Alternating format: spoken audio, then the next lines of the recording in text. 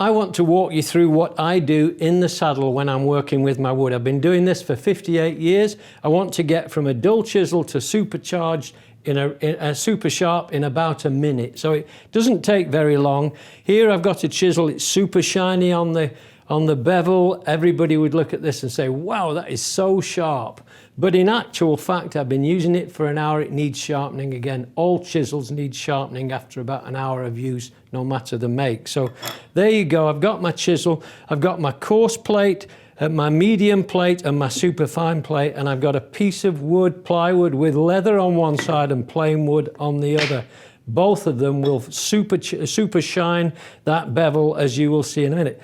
So I've got some lubricant. It's not really lubricant, it's just a fluid.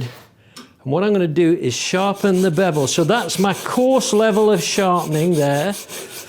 That gives me a burr on the back. I go to the next level. I do the whole bevel. And then I go to the super fine.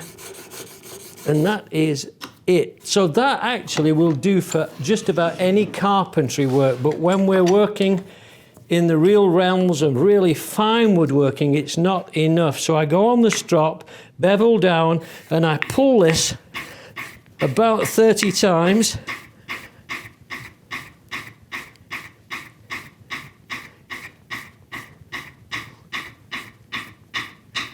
Flip over and pull, and that's it.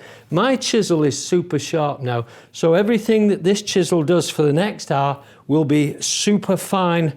When I make that joint, when I'm chiseling something, it'll be perfect. That chisel is as sharp as a surgeon's cutting edge.